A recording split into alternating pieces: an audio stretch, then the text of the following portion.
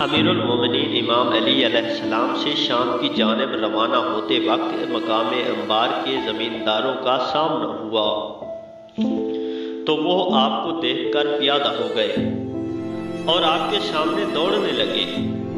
آپ نے فرمایا، یہ تم نے کیا کیا؟ انہوں نے کہا کہ یہ ہمارا عام طریقہ ہے جس سے ہم اپنے حکمرانوں کی تعظیم بجا لاتے ہیں۔ آپ نے فرمایا، خدا کی قسم، اس سے تمہارے حکمرانوں کو کچھ بھی فائدہ نہیں پہنچتا، البتہ تم اس دنیا میں اپنے کو زحمت و مشقت میں ڈالتے ہو اور آخرت میں اس کی وجہ سے بدبختی مول لیتے ہو۔ وہ مشقت کتنی گھاٹے والی ہے جس کا نتیجہ سزائے اخروی ہو، اور وہ راحت کتنی فائدہ مند ہے جس کا نتیجہ دوزخ سے امان ہو۔